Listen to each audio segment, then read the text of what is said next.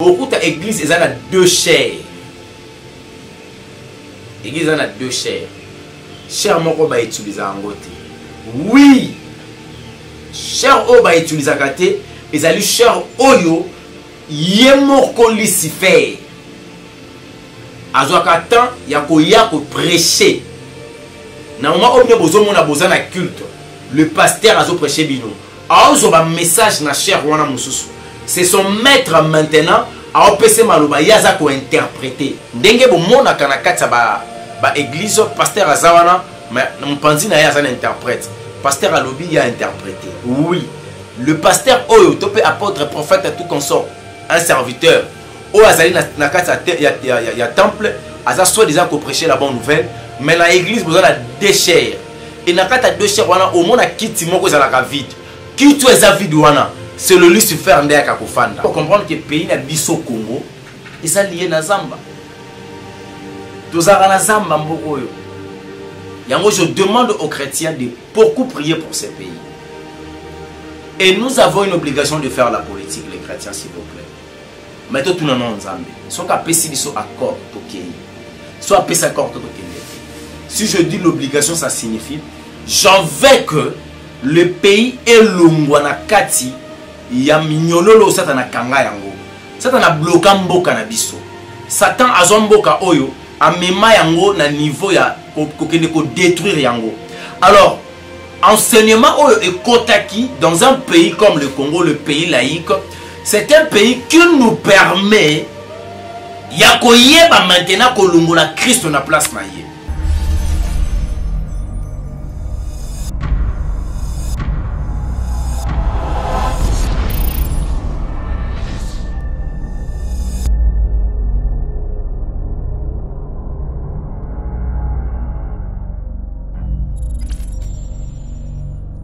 Shalom peuple de Dieu, je pense que chacun de nous, nous avons sali ngolo.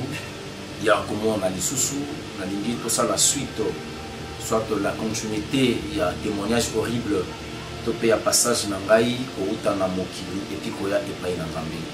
Donc tout le baki autrefois, quand nous avons sali émission ngolo, expliquaki, to souka qui place oyo, transfert des démons, ils allaient ko salima, soit échange, il y a des démons, ils ko salima. Pas il y a de Kouana ou tout ça là qui n'a rien à meselaber on a prohibé à la fille molimo zalaki katsnaye mais pour remplacer par un autre esprit l'esprit autola tisakié zalaki esprit amai un démon qu'on appelle Lilith.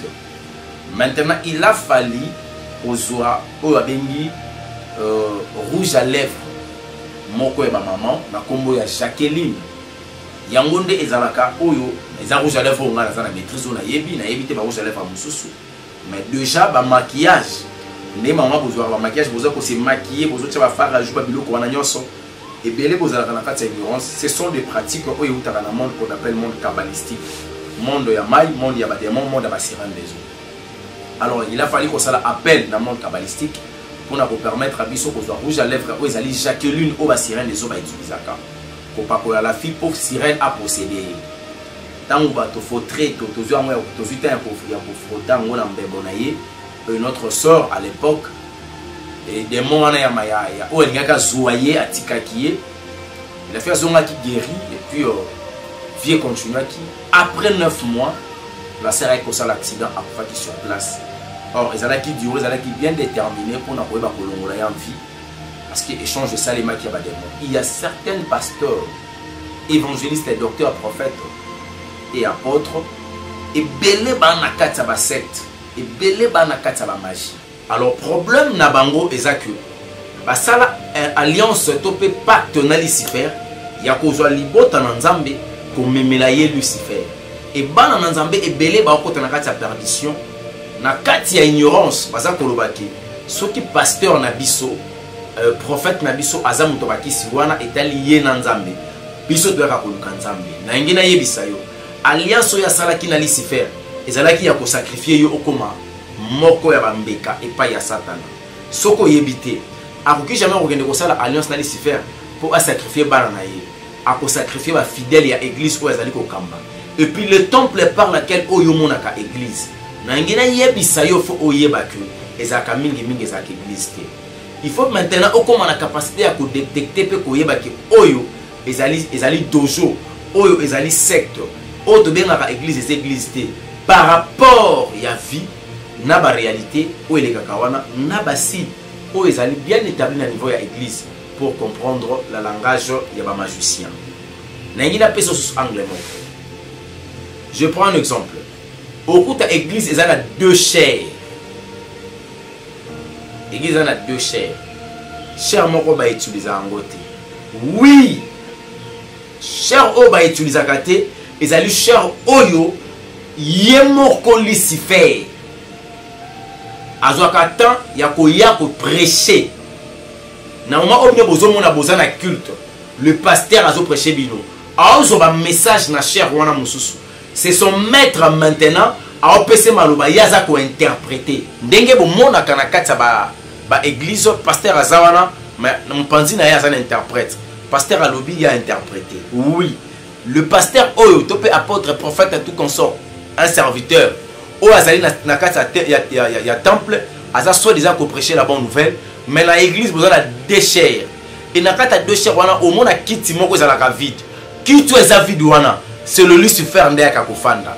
Cher o moni vide wana ezali cher o ezalaka bien approprié. Ce qui bino bo outi ko sala adoration.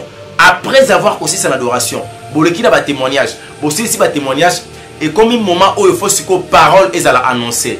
Il pas que kiti ezala ki vite Lucifer a télémi. Ndé o moni pasteur na télémi Lucifer mta liboso télémaka. Après il y a télémi. Lucifer soka fungoli livre na ye, yepé côté a fungoli soit disant la Bible. Et makambo Lucifer azo yebisa ye, yango ya azo yebisa bino. Donc bozo consommer spirituellement ce qu'on appelle l'évangile satanique. Or liloba ya Nzambe ezawana pour nourrir esprit na biso. Alors ce qu'on nourrir esprit na yo na évangile ya Satana. O ezali émailloté soit ezali couvert bazingi yango bambelir yango na kombo ya Yesu. Heureusement ezala na kombo ya Yesu Christ te ne okomona ba conséquences ekoya kokoma après. Na ina baksolo komo soko moni na église ton pasteur a commis côté que la bino ba mai, a commis côté que la bino ba huile, a commis côté que la bino ba photo, a commis côté que la bino ba calendrier, a commis côté que la bino le comment ils ont lié ba câble, ils ont lié na combo ya église na elongina ils na combo na ye. C'est un grand magicien. Je te dis un grand magicien. Oyo il faut qu'elle lié bino. Soit on porter bino non, a commis ko taxer bino ndenge za boye faut somba calendrier wana soit faut somba photo papa l'attaque photo wana partout kozala tambora la photo wana non yebisa yo photo yo zomo na photo derrière cette image il y a l'esprit. Esprit ça ko posséder ndé posséder yo yango itambola na yo ba na posa siko bazwa possession ya vie na bino ba fidèle ya église wana bana ko landela bino moko moko baluka ko yeba bino yango mona na ba église mususu ba pesa ka bango atekela bango ba croix. Bon, que la bino croix, bon, que la bino chapelet. Osa ba kosi wa lobi chapelet wana va permettre yo au bout ma prière te autant na yango. Papa, maman, derrière cet objet, il y a un esprit de contrôle. Il y a un démon de filature. Au bano zalaka so zimbongo bango ba informé. D'office nanda kuno malade ekoti. Yo e bakati makambo ekoma andeni. Osimba mbongo sana na ngwelo te. Photo yo chananda. Muto yo tana ndako kwa pasteur na ye yende azali wana démon ya contrôle pe ya suivi ya vie na ye so mona makambo simba kate ezalaka à partir ya wana. Voilà, tozo continuer na témoignage. Il s'est fait que tosali la fille de délivrance et Sili tozongi l'expérience par laquelle na liboso na kotana ki na ngoya. Deuxième expérience, il a fallu maintenant après avoir kozwa kolata omikata na komi pe na moins niveau toye kokende na cérémonie à bibale na cimetière pour nous que ça la culte de l'âme, donc la nécromancie na cimetière d'un prêtre. Quand je dis prêtre, prêtre il y a églisté, donc un musicien congolais à l'écart déjà il y a eu 2 années na raison d'imiter pourtant na komba mutu te azana bana ba koko na ye ntsasa lelo soko tangi komba mutu et comme na soka na mot diffamation. Alors il s'est fait que tu as ça la prière à nécromancie, que ça l'appel à esprit naïe, quoi ça qui grand esprit. Esprit naïe, bah qui peut invoquer en Or tant que vous êtes dans le monde où il y a cimetière, pour ça l'appel il y a esprit des morts, bandeko va comprendre raté. Ils ont dit que le 1er août. Vous êtes cimetière le 1er août, on dit bon voilà, les nazawa, tu es au combo les landés qu'on a vu surtout bongi ça tolongo la matiti et nasuka na moto kende. Au comme qu'on a besoin de prière. Prière oyo sala kiwana. Malobanu bisaki zale malobani. Qu'est-ce que tu disais na kata tombo, na kata cimetière devant la tombe? Mandé kolobani. Au comme un niveau osa pour s'adresser na monwei, tu fais ce qu'on appelle la nécromancie. Yende ngazawana, soka zaki grand d'esprit te. Asi alexaki 40 jours sur la terre après avoir kokufa na 40 jours et koki.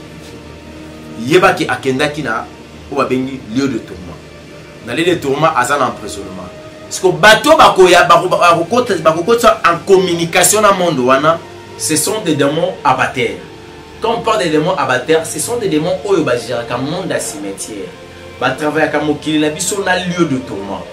Na mokili na biso nek toza ba vivant totambola taboui. Bango de bazo permettre yo ba chayo na katikati bazaki 2 mais Lucifer abakisa bakoma 4. Bango 4 ba chayo na katikati bazo permettre yo oboya lisumu te. Donc bango baso ko ngo bima na via masumu bazongisi. Ngo kima lisumu bazongisi yo. Le bazo kanga yo ozala kaka na kati ya vie ya masumu. Soko mela masanga obando continuer kaka. Soko me yango mona babino basula boloba na biso ote ba mela batika mukie malembe. Donc pour otika mabe il faut se lango tant oyiluka ba exercice des aliotés. Ce sont ba démons abatteurs ya monde à cimetière ndé ba posséder yo. Bango daza pour permettre ba travailler les polo ya vie na yo. Il se fait que quand on est arrivé, nous avons une prière à nécromancie. Na kata prière à nécromancie. On a fait l'appel, il y a esprit, il y a grand esprit où il a la kiwana. Et comme il a la métaphysique est au salé.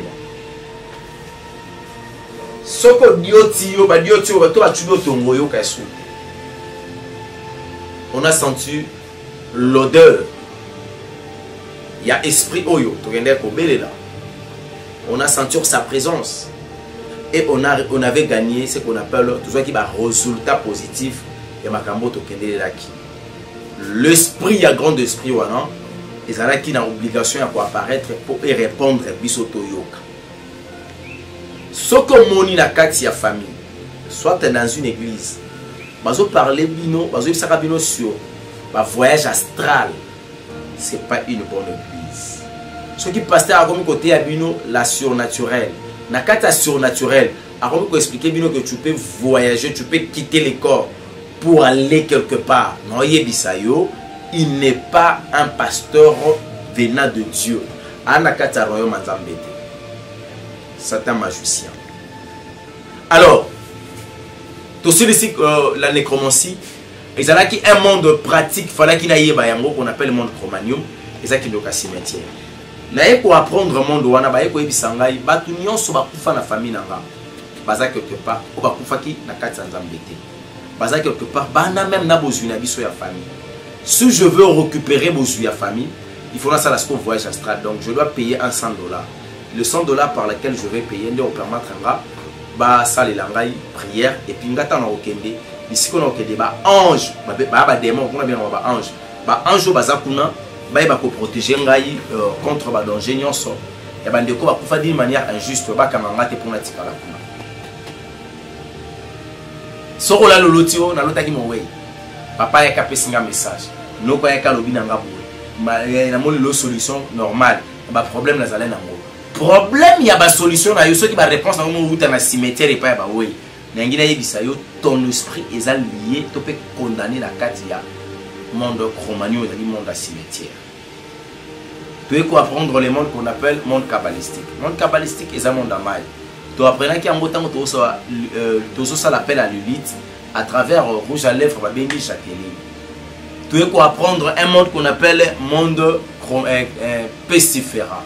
Le monde pestifera est un monde à Zamba. Monde à Zamba est un monde oyo ba yeba ka lié ba vie à bato. Soko lingo mona ke vie na yo progresser te.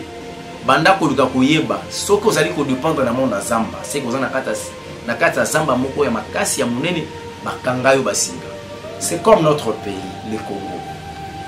Tu dois comprendre que le pays n'a biso Congo et ça lié na Zamba. Tous na Zamba mbokoyo. Yango, je demande aux chrétiens de beaucoup prier pour ces pays. Et nous avons une obligation de faire la politique, les chrétiens, s'il vous plaît. Mais tout le monde en Zambie. Soit à Pessi biso accord to Kenya. Soit à Pessi accord to Kenya. Si je dis l'obligation, ça signifie j'en veux que le pays est longwana kati ya minyololo satana kanga yango. Satana bloka mboka na biso. Satan azomboka oyo amema yango na niveau ya kokende ko détruire yango. Alors, enseignement oyo ekotaki dans un pays comme le Congo, le pays laïque, c'est un pays qui nous permet ya koyeba maintenant ko longola Christ na place na ye. Bacheli biso totem ya léopard. Pona ko yebisa biso que le dirigeant oyo aza ko posséder totem wana, l'esprit ya léopard ekota kati na ye. Or léopard aza wana pona protéger te. Léopard aza wana pona kosunga te, mais aza wana pona ko bebisa ko détruire, ko dévorer. Voilà pourquoi les Congo tolelaka chaque jour. Le président Koti, Azamabe, Azaboye. Non, il y a un esprit. Oh, bah, là, ici, est un ou quoi, pesa qui est mboka. Totemo, la lata qui wana, n'a ko permettre si ko abana koksala ba œuvre na katsa mabele ya mboka. Nous sommes liés. Les démons qui gèrent les Congo, afin d'y en katanga. Kota la yebe couleur, n'a na couleur, il y a drapeau, il y a RDC. Le 3 couleurs, il y a drapeau na biso, et ça couleur en zota démons. Matuini za kalokwa kopo afanda na katanga yango moni dans l'est du pays il y a des choses qui se fait ezali robinet ya makila parce que ba demo ba vivra na makila ya bato robinet ya makila efungwamela kakuna soko bandi ko luka koyeba omona ke ba tête ya minene ya Congo mingi ba kufa kuna mvuluzi ki fumu yimbango ba bomaye kuna emeri pas tout le monde ba bomaye kuna okomona ke basila mingi côté kuna elle bakenda kolumela bango parce que bazalaki na posa ba kombo ya bato wana bazala bato makila na bango et koyeba kofungola porte pour na ko sacrifier les autres yango nebisa bande kona biso église kimbangiste bolo bakate ke simo kimbango azanzambe ni azamolimo sang eza blasphème. Pourquoi? Parce que makila na ye e sopana ki kuna soki zalaki makila ya sauveur mais le lokomo ya kezala sauveur. Mais makila ya Yesu nde sauvaka. Ba komi ko sala biso sin ko lobake. Tu faut de bomba yango pour le 3e épisode to ko fungola le monde persévéra ndenge ni tokota ki na pratique. Et ndenge ni sikoyo nga na koma ki possédé par ba démon, na koma ki peut ko gérer ba démon, na ndenge na koma ki ko sala ba pratique satanique même na niveau ya université. Comment est-ce que bande ko na biso ya basi bazala ki exposé topé bazala ka ti lelo exposé pour na makambo tali mbongo et na démon gérera kambongo ndenge ni na fonctionner kana mbongo po mutu akoma esclave ya mbongo nzamba lola bomba bini ce qui Yesu azongité to ko fungola 3e épisode ko ezali 2e épisode on a un sample ya ko fungola mokie à partir ya 3e to ko mataliso sundamu to lobaki eza 10 épisodes dans les 10 so qui ko la sali biso ngolo to ko eba ko expliquer yango mokie.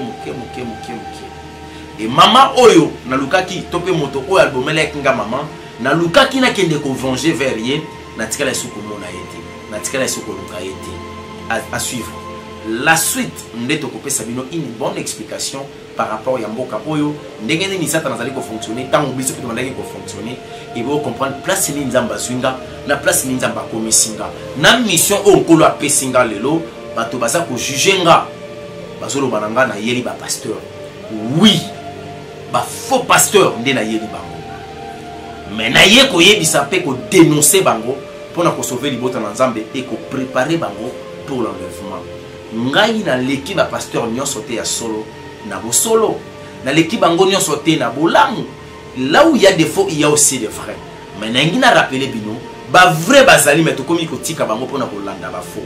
Alors le quoi ba fidèle ya nzambe libota na nzambe komi ko tika ba vrai pour na ko landa ba faux ndebo moni to komi ko s'apprendre na ba faux pour na ko dénoncer bango et permettre libota na nzambe ba créer rupture ba zonga la chemin.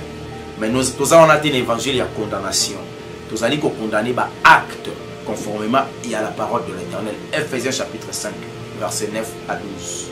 les oyebisa biso boye, ne prenez pas part aux œuvres infructueuses, mais plutôt condamnez-les. Ce qui te condamne à œuvre à Satan, c'est parce qu'on connaît. Si je vous dis, le pasteur tel, c'est un magicien, si vous avez pour ça preuve, non, on peut ça.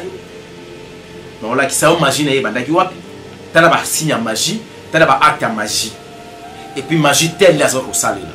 Ce qui te dit que l'on a dit, na ba komo na bango na suka na ngo la police vous a interpellé la diffamation machin na suka na bango ko ba bomayo mais à cause de l'évangile on accepte to que de boloko à cause de l'évangile on accepte bobo mabiso kaka mais na yebi ke nkolo yebisa kinga elonga je suis avec toi ça signifie il est mon bouclier mon protecteur il est là pour me parler dans tous les dangers sataniques.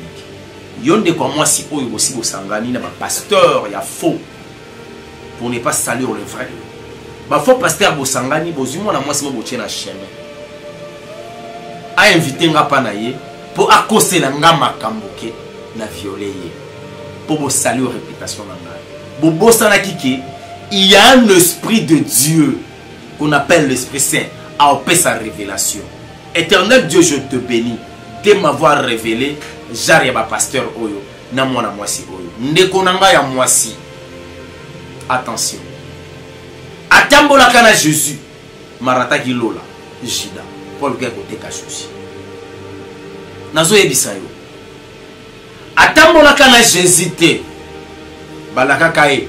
Que aujourd'hui tu seras avec moi au paradis. Un voleur. Dans la, sur la croix. Nangina yebisa yo. Batozo sagnana na bango. Pour na koluka ko abiser na kombo nanga eza problème te mais bozwanga te naza déjà informé andeko bandeko basi soko mono bengi ngo pesinga rendez-vous nazo yate allez-y comprendre naza ko se méfier parce que naza déjà informé moni mo santa souffla ke biso oui biso le plan par lequel le diable azali ko mondisa pour na koluka ko exposer nga na mabe o na salité et na ko sala ka yango jamais je suis très désolé pour na bandeko wana tant bolingi bolekisa pour nous saluer bosala effort pour que nous évangéliser parce que dans pas dans un bazar ceux qui ont été tout le monde à la prochaine témoignage horrible parcours horrible il y a évangéliste Elonga yango wana ezali continuer à suivre le troisième épisode. Je dis un grand merci na ba fidèle nyonso ya Jésus Christ de Nazareth. Pourquoi pas les soldats de Jésus Christ nzambe na lola assister moko na mosusu na problème na ye pourquoi pas na loba mosusu nzambe assister le disciple de Jésus Christ. Mon frère Jules Kimbeni, nous avons appelé guérison, bonne guérison na yo, kolo Yesu a assisté yo, à la jova la fin la situation na yo. Pourquoi pas tout le ba condoléances, tout peut te présenter ma condoléance nan déconabiso Clarisse Owech, notre sœur qui a perdu la femme de son frère. En tout cas, maman Nzambalola a assisté Libota Moulimba, nous sommes de cœur avec vous. Libota Nyonso et Yesu Christ. Et nous ne manquerons jamais de vous assister. Et mon Nzambe Yesu Christ, mon Nzambe cher Saint-Esprit, a assisté Bino na Kombola Yesu de façon que nous je dis encore un grand merci à vous qui a aidé Jussé, Église de Dieu en Jésus-Christ. Ici, quand on s'en va à pour le Yesu Asunga. Dengue to lobaki tozali ko kende malembe nzamba sala biso ngolu misolo et monana toyeba na ko continuer ko sala œuvre na Nzambe soko kanisi pe ko soutenir l'œuvre de l'Éternel parce que nous avons besoin d'avoir une place où ils ont conseillé biso ba moyen mais le moyen est là mais ils allaient insignifiant ils allaient insuffisant ce qui ngolo asimbio moni ko faut ba biso bengi biso na numéro na biso ya téléphone o ezali wana to ko zanga te ko peso ba coordonnées o ko permettre to que de to récupérer ne fût-ce que contribution na yo pour la œuvre de l'Éternel. Awa olingo olukela nzambe esika nzamba okota likamono ye pa olukela esika. Awa olingo soutenir l'œuvre de l'Éternel nzambe pa soutenir yo. Ce que moni ko za pour la contribution ndenge ndeko na ngai moi ça ote ko sala atilaki bakisi to kende kotika na Felina c'est une bonne chose nzamba lola mona yo maman en tout cas ya mingi yezonga lisusu soki bana ba meliki si ba biki boye yebaki ya yo kuna penza mabengani maladi.